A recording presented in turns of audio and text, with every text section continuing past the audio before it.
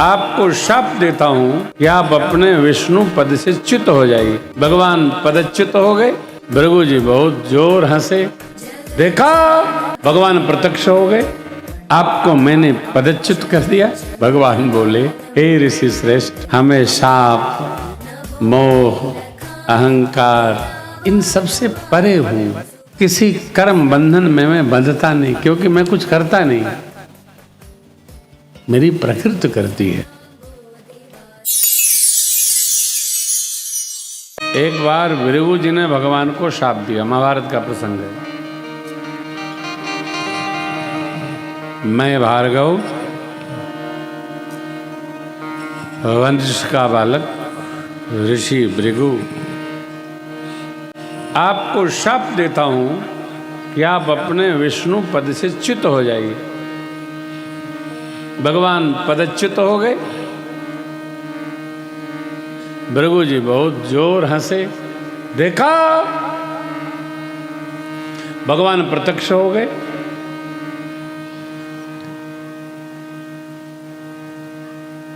आपको मैंने पदच्युत कर दिया। भगवान बोले, हे ऋषि श्रेष्ठ, हमें शाप, मोह, अहंकार इन सब से परे हूं। किसी कर्म बंधन में मैं बंधता नहीं, क्योंकि मैं कुछ करता नहीं, मेरी प्रकृति करती है।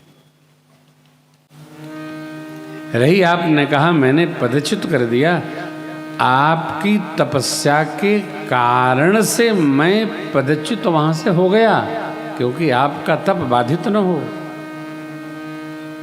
और आपको ऐसा लगता है, देखिए मैं फिर वहीं आपको मिल रहा हूं। और भगवान सीधे अपने स्थान पर प्रकट हो गए। भगवान, कई बार हम लोग भगवान में भी दोष ढूंढ लेते हैं। ध्यान रखिएगा, भगवान कुछ करते नहीं है। सीएमडी तो हस्ताक्षर भी करते हैं, वो हस्ताक्षर भी नहीं करते, सिग्नेचर भी नहीं करते।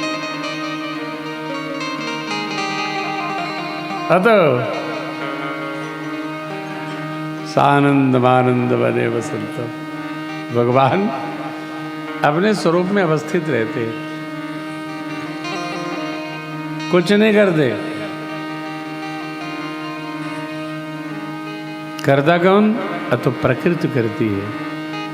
जो सृजत जग पालति हरति रुख पाई कृपा निधान की।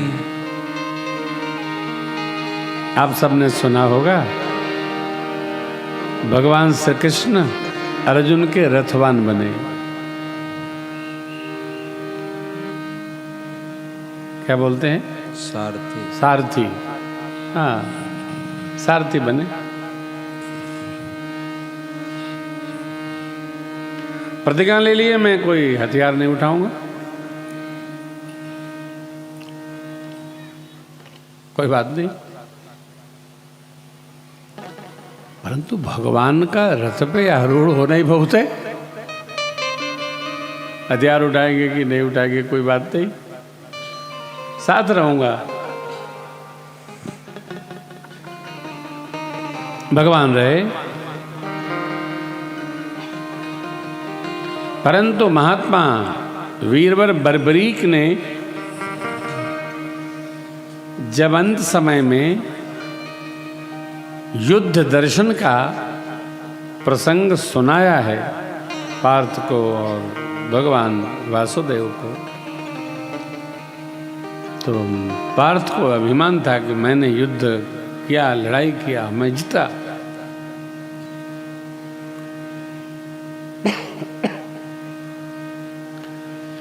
सुनकर महात्मा बर्बरी ठाका लगा के हंस पड़े। क्यों? अर्जुन ने पूछा कि आप हंस क्यों रहे हो?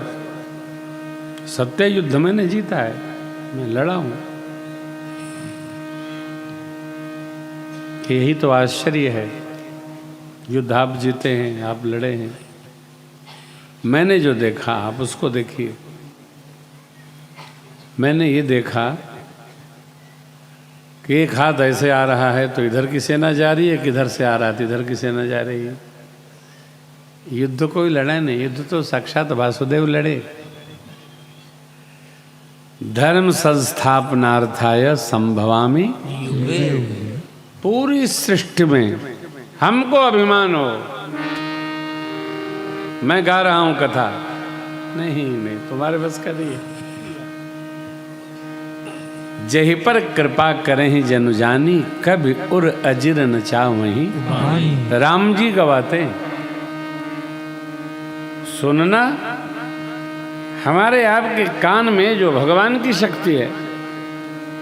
चंद्रमा मनसो जाचक्षो हो सूर्यो बजायत श्रोत्राद बाज च प्राण च मुखाद अग्निर्जायत।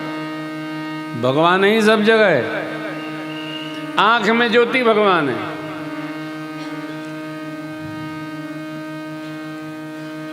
कान में शब्दशः आने का जो साधन है। आप देखते होंगे कई लोगों के कनपट रहता है, सुनाइए नहीं पड़ता, यानी भगवान ने वहां से शक्ति ले ली, सुनाई नहीं पड़ेगा। हाथ रहेगा, इसका सेंसेशन समाप्त हो जाएगा। क्या हो गया? तो हवा तेज लग गई, गया। अर्थात हमारे आप में जर्रे जर्रे में कण कण में केवल और केवल परमात्मा, उन्हीं परमात्मा की लीला सर्वत्र व्याप्त है साहब। खाने वाले वही है, पचाने वाले हम वैश्वानरो भूत्वा।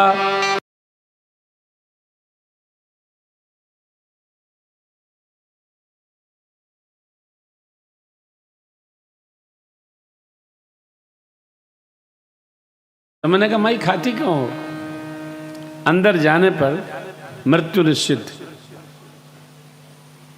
कहती थी महाराज जी, बिना अन्न के खाए मन नहीं मानता। देखते होंगे आप लोग, कई लोगों को खाना निषेध है, कई लोगों को जल निषेध है। उमेश भैया हमारे थे लखनऊ वाले, डायमंड किंग, उनको नमक निषेध था। आप नमक नहीं खा सकते, शरीर है आयुर्वेदिक हो गया होगा। जब तक यावत चंद्रिय शक्ति प्रतिहता यावत क्षयो आयुष, जब तक इंद्रियों में शक्ति है और आयु शेष है, शरीर को चलाने के लिए जितना आवश्यक है उतना पाते चलो।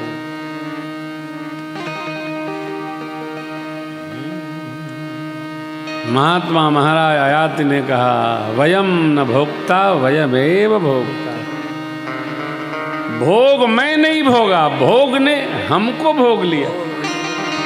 वयम न भोक्ता वयम एव भोक्ता, मैं ही भोगा गया, इसलिए सावधान। ये पूरी सृष्टि इसी आनंद में है।